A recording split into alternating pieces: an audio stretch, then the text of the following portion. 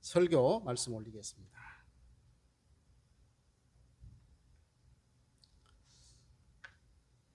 이 그림 보면은 어떠세요?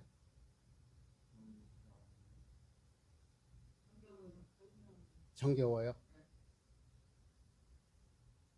저는 몸이 이렇게 좀 움츠러들어요. 추워. 네. 이 그림을 보니까 어떤 분은 장독대에 눈 오는 것이 참 아름답다 라고 선언도 있지만, 이걸 보는 순간 아우 추워 이런 분도 계실 거예요. 아마. 하나 또 보겠습니다. 이 그림은 어떠세요? 개팔자 상팔자다. 그러면서 뭔 생각이 들죠? 나도 한번 저렇게 살아봤으면 좋겠다 이런 생각 가지시죠? 근데 또 한편으로 뭐냐면 참 왜 이렇게 늘어져도 저렇게 늘어질까 라고 생각하기도 합니다. 이 그림은 어떠세요? 참 여유롭죠. 대체적으로 여유롭죠. 그런데 아까 제가 그림을 보여드리니까 사람이 보고 느끼는 감정이 달라. 왜 다를까요? 아니, 똑같은 그림을 봤으면 똑같은 느낌과 생각이 들어야 될 텐데, 똑같은 그림을 보고 사람마다 다 틀려. 그러니까 이것을 가지고 불교학자들이 오랜 연구를 했어.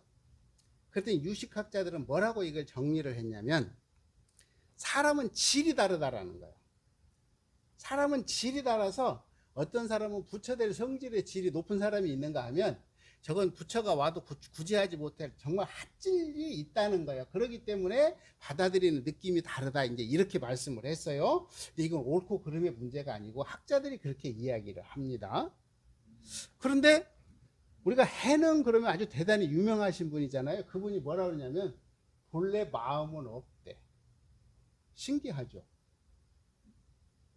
마음이 없는데 이걸 어떻게 알았을까?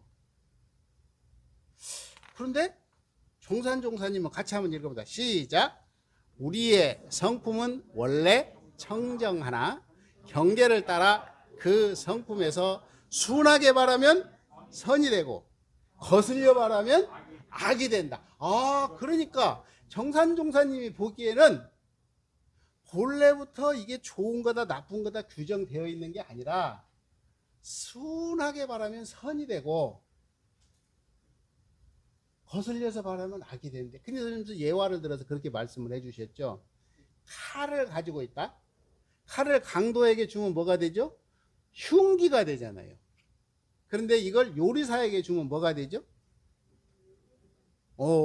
기가 막힌 요리를 만들어내는 필수 도구가 돼. 그러니까 우리는 어떠한 물건을 보고 딱 규정을 한다라는 거예요. 그래서 이게 얼마나 무서운 것인가 하는 것을 한번 보겠습니다. 이건 나중에 한번 보고요. 여러분은 그림이 좀 작죠? 이게 세계 최고의 관광지랍니다. 지금 설명을 하면 안 되는데 제가 설명을 하는 거야. 이 두 그림을 보고 어느 걸 택하실래요? 어느 게 끌려요? 왜 대답을 자신 있게 못 하세요? 어느 게 끌려요? 99.9%는 이게 끌리죠? 그렇죠? 그런데 하나 더 보겠습니다. 이것이 남녀가 갈리는 상황으로 전개된다면 이렇게 가겠어요? 안 가겠죠. 아니, 이렇게 좋은 곳에서 남녀가 싸우고 갈리는 상황이까지 보여준다면 안 갈 것 같아. 그렇죠? 근데 여기는 보세요. 이거는 굉장히 어렵지만 나중에 시간이 지나면서 화목이라는 걸 가져죠. 그러면 여러분 둘 중에 아까는 이걸 택하셨죠? 지금은 뭘 택하실래요? 이걸 택하시겠죠? 틀림없죠? 이걸 보면 우리가 천도제를 지낼 때 뭐라고 천도법문을 하던가요? 착 없이 길을 떠나오 그러잖아요. 착이라고 하는 것은 이것은 내가 좋다라는 착이 딱 붙어버려. 그럼 이걸 생각해요? 안 해요? 안 해. 착이 이게 나 싫다 그러면 절대 이리 안 가. 그런데 나중에 보면 이럴 수도 있어. 그러니까 우리가 공부를 하는 것은 내 의지대로 택하는 게 아니라 나라고 하는 분별심을 탁 놓아버리는 거예요. 이건 다 뭐냐면 분별심이에요. 그래서 뭐라 그러냐면 촉수상사, 제가 100번도 더 이야기를 했어요. 촉수상사는 뭐냐면 탁 접촉이 일어나는 순간 느낌이 와. 이 느낌이 어떤 걸로 오냐면 세 가지로 와. 어떻게 오냐? 좋은 느낌, 안 좋은 느낌, 그냥 그런 느낌 셋으로 와. 그러면 좋은 느낌은 어떻게 되죠? 갖고 싶어 해. 안 좋은 느낌은 버리려고 해. 그 다음에 그런 것은 어떻게 상황에 따라서 취사 선택을 하더라 이 말입니다. 그러니까 모든 것은 탁 부딪히는 순간 느낌이 오면서 이 상이라고 하는 거는 뭐냐면 과거의 업이에요. 과거에 내가 좋아했던 걸 그대로 쏜살같이 쫓아가는 거야. 이 참 무섭죠. 그래서 우리가 공부를 해야 되는 이유를 사실은 여기서 가지고 있습니다. 왜냐하면 내 의지와 관계없이 탁 부딪히는 순간 한번 여러분 생각해 보세요. 미운 사람 탁 부딪히면 뭐라고 그러죠? 야무샤야 욕기 먼저 나가죠. 선한 말 안 나가잖아요. 왜냐하면 탁 부딪히는 순간 느낌이 와서 내가 안다라는 느낌이 왔는데 그러는 순간 과거에 있을 때 다 튀어 올라오는 거야. 다 튀어 올라오는 거야. 그냥 0.001초 사이에 그냥 찰나에 올라와 버려. 그래서 거기서 탁 하고 배척심이 나가는 거예요. 신기하잖아요. 근데 이게 컴퓨터보다 더 빨라. 찰나에 그냥 이루어져 버려. 그래서 과거의 생각이 올라오면서 바로 이제 시기라고 하는 게 생기는 거예요. 그래서 이제 그때의 좋고 나쁨, 가지고 버릴 것, 이런 것이 이제 쭉 정리가 되더라 하는 게 이게 우리 마음의 원리의 기본적인 속성입니다. 그래서 아까 정산종사님께서는 뭐라 그러냐면 본래 마음은 선악이 있다고 그랬어요? 없다고 그랬어요? 없어. 그런데 이 길은 누가 택하죠? 내가 택하잖아요. 그렇죠? 그러니까 어떠한 경계가 오든 첫 생각에 내가 무엇을 택할 것이냐 이거예요. 이게 촉수상사라고 그랬잖아요. 촉수상사니까 결국은 이 모든 선색의 첫 출발지가 어디냐면 나로부터 시작된다라는 거예요. 오늘 이걸 우리 한번 같이 고민해 봐야 돼. 왜 이것을 공부를 해야 되는가? 그래서 아까 이제 제가 그러고 있지만 정산종사님께서는 이 법문을 총 정리하면서 딱 한 줄로 정리했어요. 시작! 마음 공부 잘하여 대세상 주인 되자. 정산종사님 이거밖에 말씀 안 하셨어. 이게 뭐 하래요? 마음 공부하래. 왜 마음 공부를 해야라고 그랬죠 아까? 맨 첫 출발이 어디서부터 시작된다고요?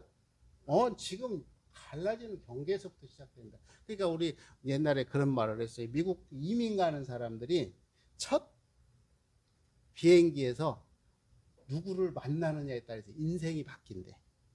들어보셨죠? 이게 뭔 말이냐면 내가 미국으로 이민을 가는데 비행기를 탔어요. 근데 옆에 미국에 먼저 가서 세탁소로 성공한 사람 옆에 타면 그 사람은 뭔 이야기를 할까요? 처음부터 끝까지 세탁소에서 성공한 이야기만 해. 그런데 이 사람이 미국을 가봤어요? 안 가봤어요? 상상만 해. 그러면 이 사람이 딱 도착하는 순간 뭔 생각을 할까요? 세탁소 생각만 해. 틀림없죠? 슈퍼마켓 하시는 분을 만났어. 그러면 나중에 그분은 뭘 할 확률이 제일 높아요? 슈퍼마켓 할 일이 제일 높다니까.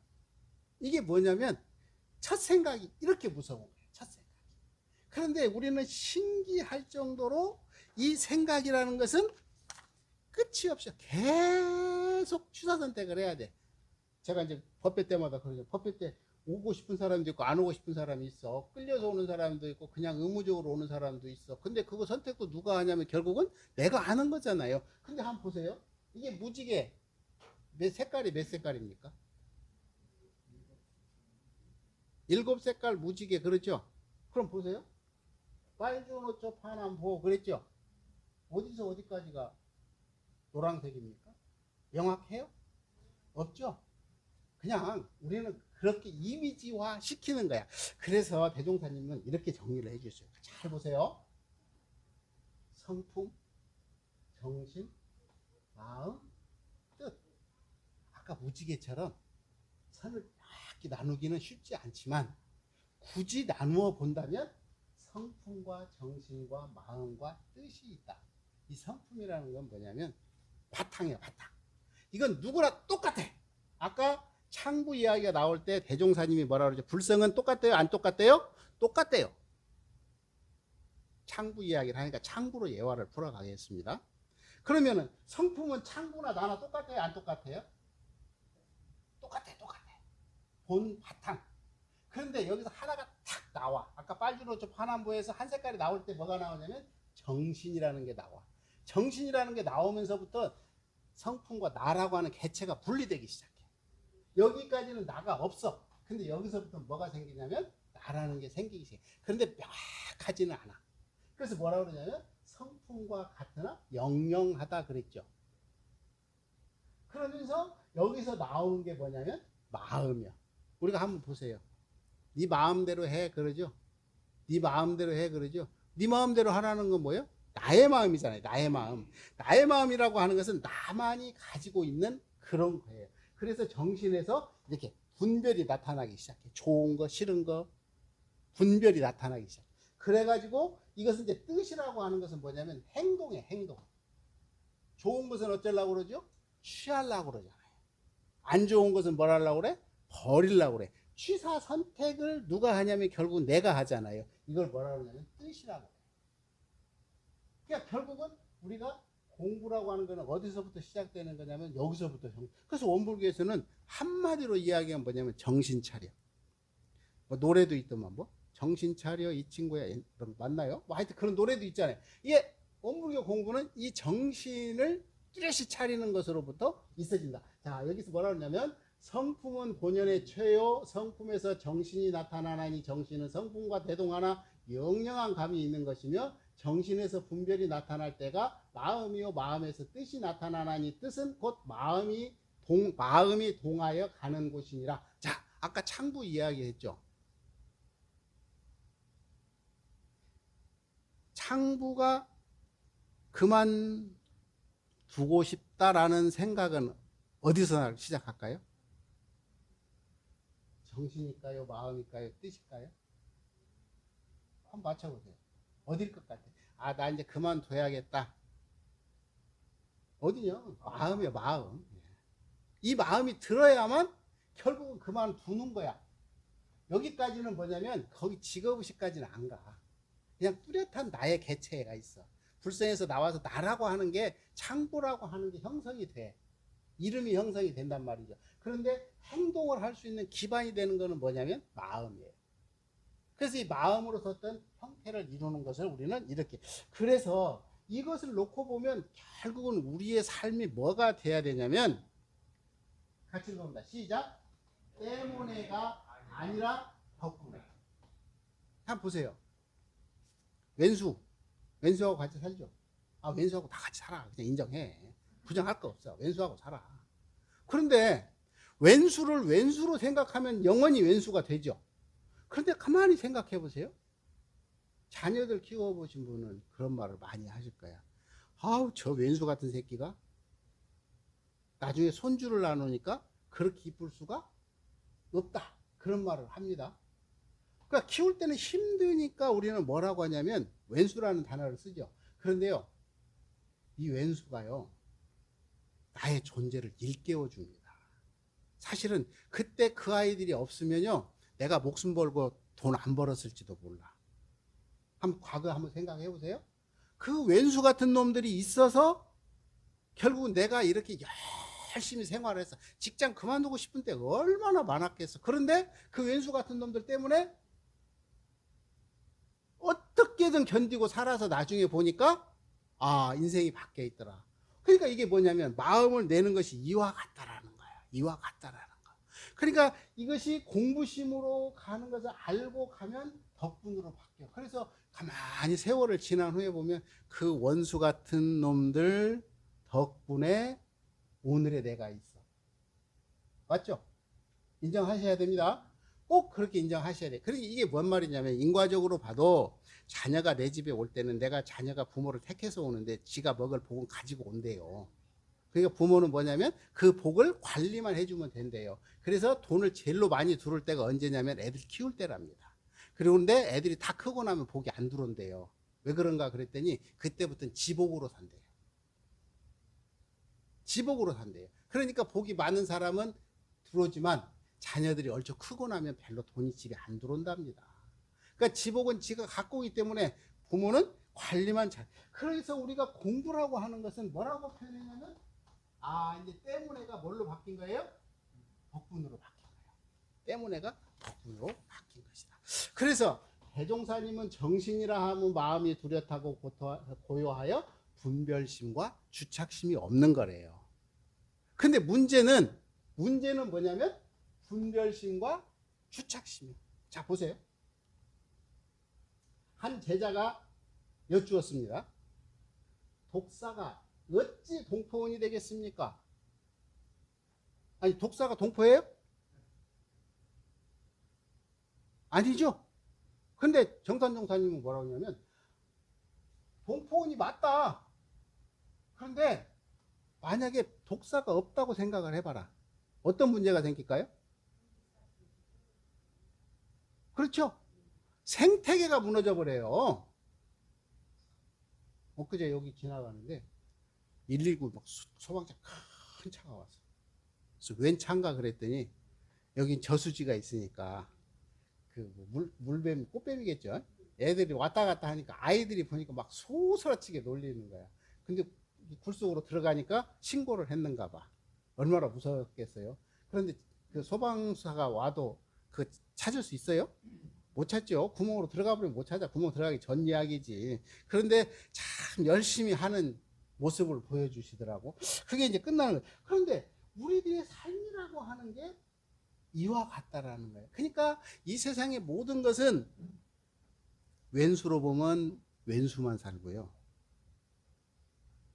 은혜로 보면 은혜만 산다라는 거예요. 그래서 정산종사님은 말씀하셨습니다. 같이 읽어봅니다. 감사 생활만 하는 이는 늘 사은의 도움을 받게 되고 원망 생활만 하는 이는 늘 이물에게서도 해독을 받나니라 이렇게 말씀을 해주셨습니다. 그런데 원불교에서 대종사님이 밝혀주신 수행법이 독특한 게 한 가지가 있습니다. 다른 종교에는 없어요. 근데 원불교에서는 한 가지가 있습니다. 뭔지 아세요? 일기법이에요. 여러분 일기법 들어는 보셨죠? 쓰지는 않지만 일기법이 있어. 그게 신기해요. 왜 일기법이 나왔을까? 나중에 아마 며칠 동안 이걸 할 것 같습니다. 그래서 일기법이라고 하는 것은 제가와 출가와 유무식을 막론하고 당일의 유무념 처리와 학습상황 처리와 계문의 범과 이렇게 해서 정기일기와 상시일기가 있다라고 말씀을 해주십니다. 저는 근데 이걸 정리를 다시 해봤어요. 일기법이 뭘까? 이와 같아. 우리가 일기법이라는 언어를 써서 그렇지 수준에 맞게 공부할 수 있는 길을 제시해 주셨어요. 그러니까 처음 하시는 분들은 유무념 대조를 통해서 자기의 기질을 바꿔가는 거예요. 기질을 바꾸는 게 첫 번째 조건이거든요. 그 다음에는 어떻게 되느냐, 이제는 공부를 시작하는 거야. 가지고 유념과 무념으로 공부를 시작해. 그 다음에는 무시산법으로 가는데 이거는 뭐냐면 이때는 좀 더 높은 차원의 공부를 해. 진공으로 체를 삼고 묘유로 공부하는 이런 방식을 제시를 해 주셨어요. 그걸 다시 한번 풀어보니까 일기법이라고 하는 것은 아까 뭐라고 그랬죠? 자기의 체질을 바꾸는 거야. 그래서 현상적으로 죄짓지 말고 복 짓는 방법을 가르쳐 주는 거야. 그런데 그런 것만으로 끝나는 게 아니라 그 다음부터 하나 더 나가. 이게 원불교는 정말 이 부분에 가면 모든 종교를 통합 활용을 했어요. 과거에 보면은 유념선, 무념선에 목을 맵니다. 불교에서. 그래서 뭐 위파산하니 정처선이니 간화선이니 이런 이야기를 많이 하지만 그걸 다른 언어로 대종사님 언어로 바꿔보니까 무념선이야. 유념선이야. 유념선은 뭐야? 알아차리는 공부거든요. 알아차리는 게 뭐냐면 유념선이야. 이걸 이제 동남아에서는 윗바사나라는 표현을 쓰는데, 그 다음에 무념선은 뭐냐면 이제 무념선은 우리가 말하는 정처선, 좌선을 말하고 있어요. 이것을 다른 말로 표현할 때는 뭐냐면 뭐라고 그러죠? 그 단전주선이라든가 아니면은 그런 그 선들의 정리를, 그러니까 알아차림으로 끝나는 게 아니라 그걸 집중을 해서 또 봐야 되는 어떤 부분이 있거든요. 그래서 그러한 정과 해를 쌍수시켜서, 그 대종사님의 특징이 뭐냐면, 내가 선한다고 앉아 있어서 그분을 도인이라고 했습니까? 이거 조심하셔야 되는 거예요. 대종사님은 이렇게 하면서 물난리가 나서 집이 다 떠내려가도 나는 도인이다, 이건 아니라는 거예요. 공부를 해서 사리 분별이 명확해야 된대요. 그래서 취사를 통해서 정의와 불의를 가려낼 줄 아는 그런 단계까지 가야 된다. 그래서 뭐냐면 정의 쌍수를 제시하신 것 같아요. 그러니까 그동안에는 정의 쌍수만 이야기했어요. 그런데 거기서 하나 더 나가서 제시해 주신 게 뭐냐면 선법을 하나로 딱 통합을 해서, 그게 뭐냐면 무시선법입니다. 긍지 가지셔도 됩니다. 이건 특징이 뭐냐면 진공으로 체를 삼고 묘유로 용을 삼아서, 그러니까 어떻게 하라는 거예요? 결론에 가서 뭐라는 거죠? 정신체리라는 거예요. 정신체. 그러니까 우리가 항상, 여러분 사고 날 때 한번 보시죠. 사고 날 때는요, 딴 생각하고 있을 때 사고가 나요. 경험해 보셨습니까? 자기가 또렷하게 정신을 차리고 있으면 절대 사고가 안 납니다. 그것은 불가항력적으로 일어나는 사고는 내가 아니라 불가항력적으로 와서 하는 건 어쩔 수가 없지만, 우리 삶 속에서 사고가 날 때는 정신을 차리고 있을 때는 안 나요. 그런데 딴 생각하거나 생각이 나갔을 때 대체적으로 사고가 납니다. 그거는 뭐냐면 바로 이 공부법이 이야기를 해요. 항상 우리들의 삶은 이와 같이, 그래서 대종사님께서는 우리들에게 왜 이렇게 강조를 하셨냐 하면 바로 여기가 있습니다. 자, 같이 한번 읽어보면 좋겠는데, 빨간 것만 읽어보겠습니다. 범부는 지위, 권리, 재물을 모두 죄 짓는 도구로 사용하는 수가 많고, 불보살은 이것으로 세상 사람에게 이익을 주어 복을 수용하면 할수록 세상 만인에게 복록을 끼치게 되는 점이 다르다. 이렇게 말씀하셨다니까요. 그러니까 똑같은 씨앗을 심는 거죠. 똑같은. 근데 씨앗을 심을 때 무슨 씨앗을 심으랬어요? 복록의 씨앗을 심으래요. 그러니까 제가 아까 이정표를 보여줬잖아요. 이정표를 보여줄 때 이리 갈까 저리 갈까, 그 말은 뭐냐면 하나는 복록이고 하나는 죄업이겠죠. 그러면은 지금 취사 선택을 해야 할 때 복록의 씨앗을 심을래요, 죄악의 씨앗을 심을래요? 당연히 그렇게 나오죠. 그러니까 이 공부법이라고 하는 것은 뭐냐면 결국은 끊임없이 복록을 심으라는 거예요. 우리는 심을 수밖에 없는 거예요. 뭘 심든.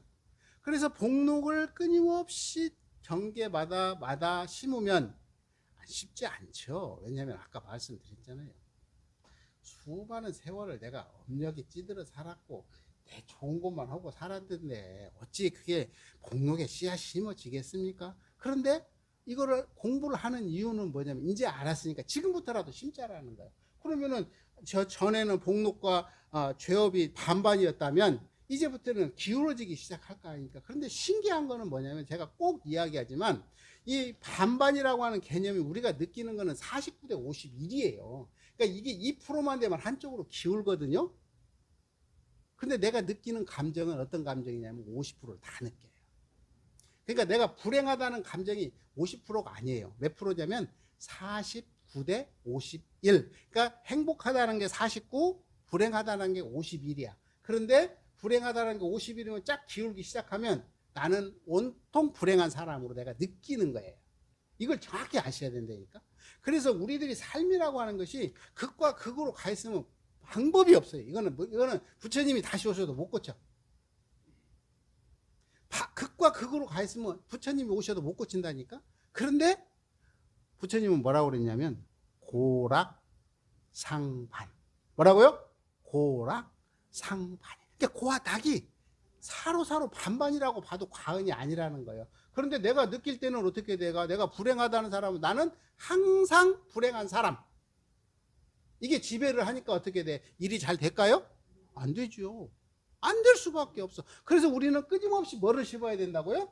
복록의 씨앗을 심어야 된다. 예, 대산종사님이 그랬대요. 이렇게 사람 보면 흉 보는 동물이라고 그러잖아요. 흉을 많이 보잖아요. 흉 보면 그랬대. 아, 그 사람 이사 간 지가 언젠데 내가 지금 공부하는 거냐 그래. 그러니까 어제의 나는 이사를 가버렸어. 공부하는 사람은. 그런데 우리는 어떻게 과거의 경험에 비춰서 그 사람을 평가해. 그러지 말래요. 무슨 말씀인지 아시겠죠? 그래서 이미 그 사람은 이미 이사 가버렸어. 새로운 사람으로 왔으니까 새롭게 기쁜 마음으로 왔으면 좋겠다. 이런 말씀을 해 주셨습니다.